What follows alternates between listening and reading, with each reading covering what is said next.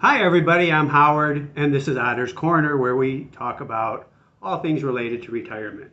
I just wanted to come on quickly and do sort of an impromptu video today because I just saw a video of Nikki Haley on CNN talking about her plans for entitlements, Social Security, just touched on Medicare. And I think it's important as we go through this election process, and Nikki Haley is one of the Republican primary candidates for president. And as we go through this process, I think we'll hear more and more from the candidates about Social Security, although they may be a little scared to talk too much about it because it's not going to be good news, especially from the Republicans. And I just want to cover, and I'm going to quote just a very few quick quotes she made. CNN actually kind of praised her for being brave enough to step out there and talk about some of the issues involved. And these are direct quotes I'm going to use here. So the first thing she said is, the ones we change it for are those like my kids in their 20s coming into the system. So what she's talking about here, and she's touched on it in the past, is we don't make any drastic changes to Social Security right now for people who are collecting benefits or near benefits. And I'm reading a little bit into this based upon what she said here today and what she said in the past. So when she talks about kids in their 20s, she followed that up with, we change retirement age to reflect life expectancy for them. I don't know what that means. Okay, life expectancy, let's say, is 75 for them. Does that mean the FRA, the full retirement age, goes to 75 for people who are now in their 20s? That's a huge cut in benefits. And even if it doesn't mean that, it does mean changing the retirement age higher, whether that's 68, 69, 70, 72, 74, whatever it is, for people well off in the future for Social Security. The problem with that is it doesn't solve the issue with the trust fund right now. The trust fund would still run out of money in 10 years. This doesn't solve anything unless there's a bunch of other changes made beyond that. So, I can't disagree that the retirement age has to be raised. There's going to have to be some increase in that age. It's going to probably grandfather in everybody collecting benefits now. It'll probably, like the last time it was changed, slowly step up the ages that full retirement comes into being. Whether it changes the minimum age to collect at 62, who knows? But again, it feels like she really doesn't understand Social Security and the problem that exists now, because this doesn't change anything. Even if we change it to full retirement age 75 or 78 or whatever for those in their 20s now, the trust fund would still run out of money in about 10 years. So, let's figure out what she's trying to talk about. She also said we limit benefits on the wealthy. Okay, it's kind of undefined. It's not an unpopular theory. People who make, and again, what's wealthy? Is it an income-based decision, or is it a wealth-based decision? An asset-based decision? Are you wealthy based upon what you're worth, your net worth, or is it based upon how much you make in retirement?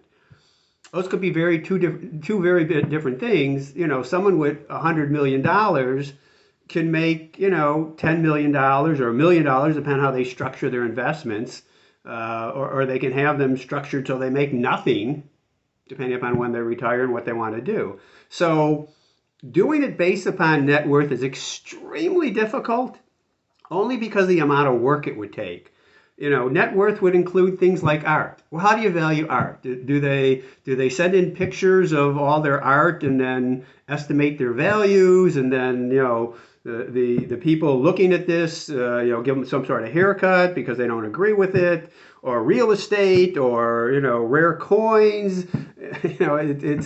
You can't do it on net worth. It's not practical. So if you do it on income, what's wealthy? Is it someone making $100,000, $200,000 in retirement? Remember, these are mostly retired people. You can still be working and get Social Security benefits. And there is means testing now. We've talked about this before.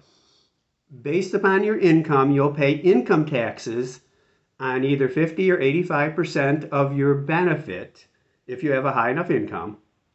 And that money gets returned to Social Security. So in essence, it's a haircut to your benefit, your Social Security retirement benefit. And that's the sort of means testing. Do at some point we say, well, if you make over $1 million a year, you don't get anything?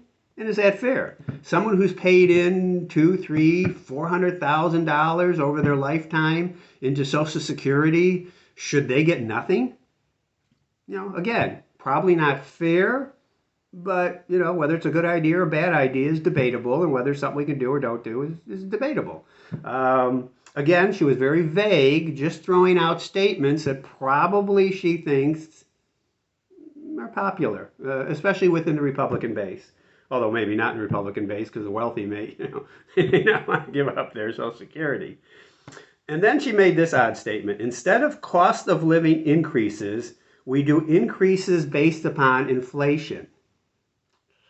Now again, what is she talking about here? Cost of living increases are based upon inflation. That's exactly what the cost of living increases are for Social Security.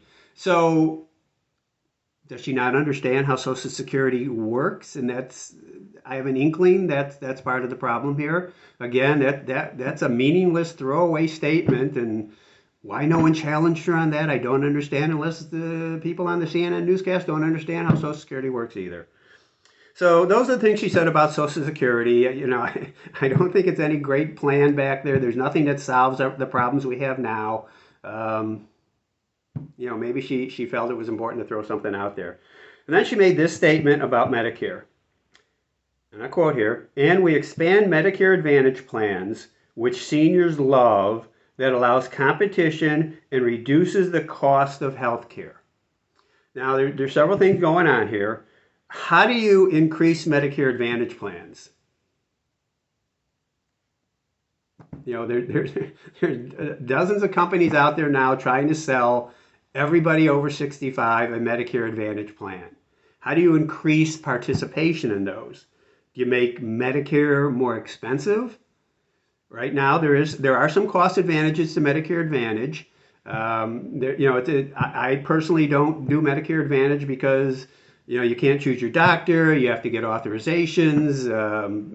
It's just it's the same insurance rigmarole you get, and every other time you have to deal with insurance companies. Medicare itself is a little easier to navigate for me. If it costs a couple $100 more a year, I don't care. Medicare Advantage has more of an advantage if you spend a lot on health care. The advantage really isn't much there when you spend a little bit on health care. So, and then it's, because it's so popular with seniors. Well, as it turns out, both Medicare Advantage and regular Medicare are both popular with seniors. So I don't know that she's saying it's more popular. I wasn't able to find any studies that say that. And it allows competition, is what she said. Well, that exists now. I think the last statistics I saw was about 51% of people take Medicare Advantage over regular Medicare. So it is competitive. Will that lower prices if there's more company? Well, I think every healthcare insurance company offers it now, so not really sure what she's saying here. And it reduces the cost of healthcare. I don't know how that happens. She'd have to explain that to me. So that's a little bit about what Nikki Haley just recently said. I'm not sure how old. It was a town hall she was speaking at. They didn't say when the town hall was. I'm assuming it was something recent because CNN just played it. But again, as we see more of the candidates coming out with their plans, I'll get on here and talk about it. This is Nikki Haley. This was nothing. It's kind of meaningless to me. Let me know what you think. Subscribe, like, comment, ask questions, things you want to talk about. Thanks again. I'll see you soon.